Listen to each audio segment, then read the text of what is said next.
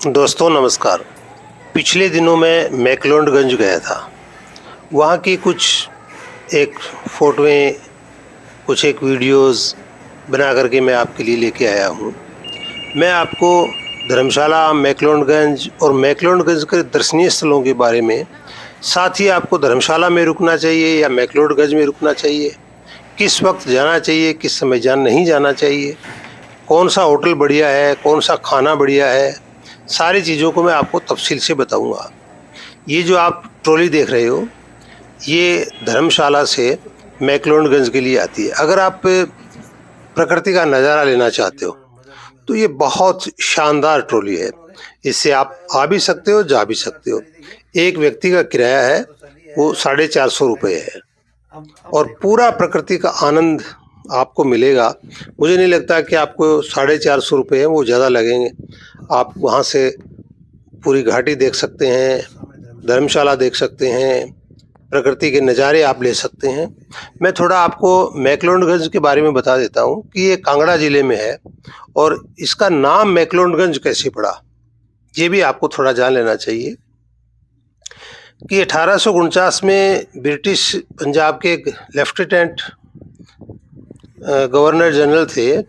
उनका नाम था सर डोनाल्ड फ्रिल मैक्लोड। और कुछ दिनों बाद में 1862-63 के लगभग, जब ब्रिटिश वायसराय लॉर्ड एल्गिन ने इस जगह की सैर की, तो ये उन्हें अपने गृह नगर जो है स्कॉटलैंड, उस जैसा लगा। तो इन्होंने इनका नाम जो है वो अपने अफसर के नाम पर मैक्लोडगंज रख दिया। और मैक्लोडगंज बहुत शानदार जगह थी, लेकिन 1905 में एक भयंकर भूकंप आया और भूकंप आने के कारण ये जो सारी सुंदरता है ये नष्ट हो गई। और बाद में यहाँ आपको पता है कि दलाई लामा आए और दलाई लामा ने फिर इसको पुनर्जीवित किया।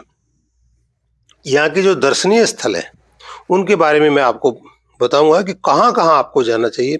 और आपको ये भी जान लेना चाहिए कि जो सुंदर प्रकृति आप देख रहे हैं, ये नीचे जब हम ऊपर से मैक्लोडगंज से धर्मशाला आए तो ये उसका नज़ारा है।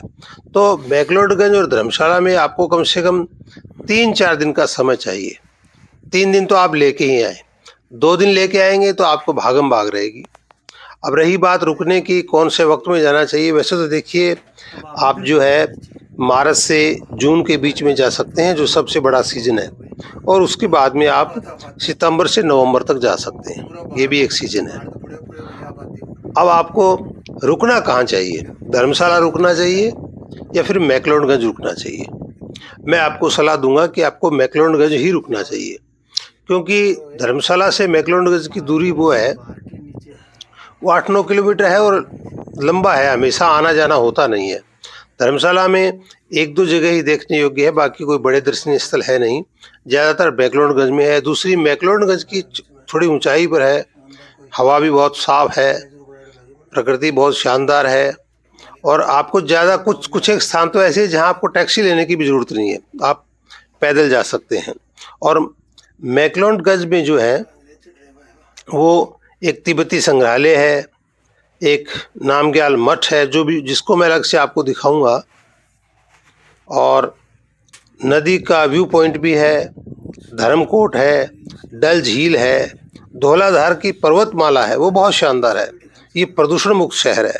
तिब्बती संस्कृति के दर्शन आप यहाँ कर सकते हैं।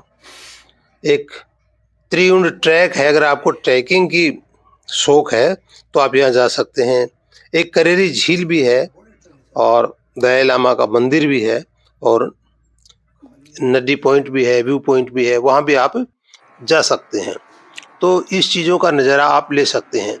ये जो आप सामने देख रहे हैं, ये उसी ट्रॉली से उनका लिया गया हमारा चित्र है। तो इसमें आप बहुत उम्दा नज़ारा ले सकते हैं।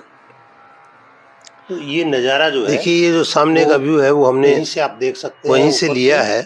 प्रकृति में तो आप ये कहेंगे कि यहाँ जाने के बाद में आपकी पहले दिन आपकी हो सकती है, पहाड़ की जब चढ़ाई चढ़ें आप, तो आपकी थोड़ी सांसें फूल सकती है। लेकिन आपकी अगर थोड़ा बहुत खांसी जुकाम है या थोड़ी फेफड़ों की इस तरह की आपकी प्रॉब्लम है, तो निश्चित रूप से आप ऐसे पहाड़ों पर जा कर के और उससे निजात पा सकते हैं। कोरोना के बाद में मैं आपको बताऊं कि मुझे किसी भी तरह की सुगंध और दुर्गंध आनी बंद हो गई थी, लेकिन जब मैं 7 दिनों की डलहौजी और मैक्लोडगंज की यात्रा करके यहाँ लौटा, तो आपको जानकर आश्चर्य होगा कि मुझे खुशबू भी आने लगी और दुर्गंध भी आने लगी, यानी मेरी नाक बहुत ज़्यादा ठीक हो गई। हालांकि मुझे लगता है कि मुझे एक बार फिर से लंबे समय तक पहाड़ों पे रहना चाहिए। ये जो मैंने आपको बताया था कि वहाँ का झरना, वहाँ की नदी, वो आप देख लें। यहाँ ये जगह जो भागसू है, वो भागसू में ये एक झरना बहता है जो बहुत शानदार है, और भागसू का नाग मंदिर भी है, उसका वीडियो मैं अलग से आपको दिखाऊंगा, नांगलाल मठ और नाग मंदिर का। लेकिन आप फिलहाल ये जो ऊपर पहाड़ पर आप जाकर के देखें, मेरे साथी केसरा राम जी हैं, पंजाबी के प्रसिद्ध राइटर हैं, तो इनके साथ ही मैं गया था वहाँ।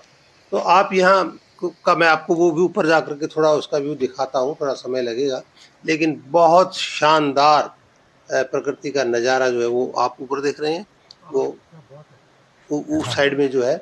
और दूसरी एक यहाँ नड्डी है, तो नड्डी पे भी जाइए। नड्डी पे जो सनसेट का व्यू पॉइंट है वो भी आप जा करके देखिए। और यहाँ के चरवाहों से अगर आप बात करेंगे तो आपको बहुत सारी जो है वो यहाँ की प्रकृति के बारे में, यहाँ की संस्कृति के बारे में बहुत सारी चीज़ें आपको जो है वो मिलेगी। तो जो मैं आपको बता रहा था कि भागसू का जो झरना है वो ये झरना है, और इसका पानी इतना शुद्ध है, कहते हैं कि इसका पानी पीने से बहुत सारी बीमारियां दूर होती है। पानी हमने पी करके देखा था, बहुत शानदार जो है वो पानी है, और ये बहुत ऊपर से जाता है। और आपको क्योंकि भागसू तक ही आपको टैक्सी लेनी पड़ती है, उसके बाद में तो आपको सीढ़ियाँ चढ़नी पड़ती है या पहाड़ की चढ़ाई चढ़नी पड़ती है। प्रकृति का नज़ारा बहुत यहाँ शानदार है। भागसू में, धर्मकोट में डल झील है उसमें, और ट्रैकिंग अगर करेंगे तो त्रियुण जो ट्रैक है वो बहुत शानदार है। अभी मैं आपको ये जो दृश्य दिखा रहा हूँ, अच्छा ये जो है वो हमने दूरबीन से बहुत दूर जो धौलाधार की जो पर्वतमाला है उसके पास में बहता हुआ झरना है, वो आप थोड़ी सी वो देख रहे हैं लकीर सी, वो झरना है, लेकिन हमने उसको देखा था व्यू पॉइंट से। और ये जो है वो नांगलाल मठ है। इसका बाहर का दृश्य मैं एक बार आपको दिखा देता हूँ, फिर उस पूरे नांगलाल मठ की कहानी, किसने बनाया, कैसे बना, क्या इसके अंदर है, और जो महात्मा बुद्ध की जो प्रतिमा है वो किस चीज़ से बनी हुई है, या वाकई में वो सोने की बनी है या सिर्फ कहने की बात है। तो एक बार आप थोड़ा सा बाहर के जो लगे हुए नज़ारे हैं, पत्थर हैं, उनको आप देख लें एक बार बाहर से। उसके बाद में अगले वीडियो में मैं आपको पूरा जो है वो नागलाल मठ अंदर से दिखाऊंगा, और बहुत सारी जो नागलाल मठ की बातें हैं वो मैं आपको बताऊंगा। तो मैं समझता हूं कि आपको ये वीडियो ज़रूर पसंद आया होगा।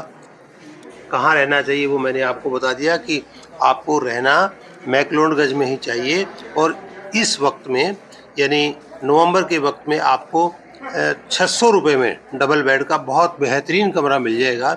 इसलिए आप बार्गेनिंग करें और उसके बाद कमरा लें। ऐसा नहीं है कि आप अगर यहाँ रुकेंगे तो 2-2.5 हज़ार का कमरा मिलेगा धर्मशाला में, वही कमरा आपको 600 रुपये में मिल जाएगा। और पूरा प्रकृति को घूमिए। वहाँ जो बाज़ार है शाम तक जो खुला रहता है, उस बाज़ार में आप देखेंगे तो पूरी तिब्बती संस्कृति के दर्शन होंगे आपको। पूरा जो है तिब्बती मार्केट है, उस मार्केट में हालांकि बार्गेनिंग होती है चीज़ों की, तो शॉल वगैरह जो है वो मिलते हैं, बहुत सारी और चीज़ें मिलती हैं और उनकी बार्गेनिंग भी होती है, लेकिन फिर भी सामान बहुत शानदार है। तो ये जो मठ मैं आपको दिखा रहा हूँ, ये जो मठ है प्रसिद्ध यहाँ का नामग्याल मठ, वो नामग्याल मठ के बाहर की तस्वीरें आप देख रहे हैं। अब अगला वीडियो मैं आपको 2 वीडियो दिखाने वाला हूँ, एक नांगलाल मठ के अंदर का वीडियो और एक भागसू का जो नाग मंदिर है उसकी क्या विशेषता है, क्या चीज़ है, उसके बारे में मैं आपको दिखाऊंगा। तो आज इतना ही, शुक्रिया दोस्तों, धन्यवाद।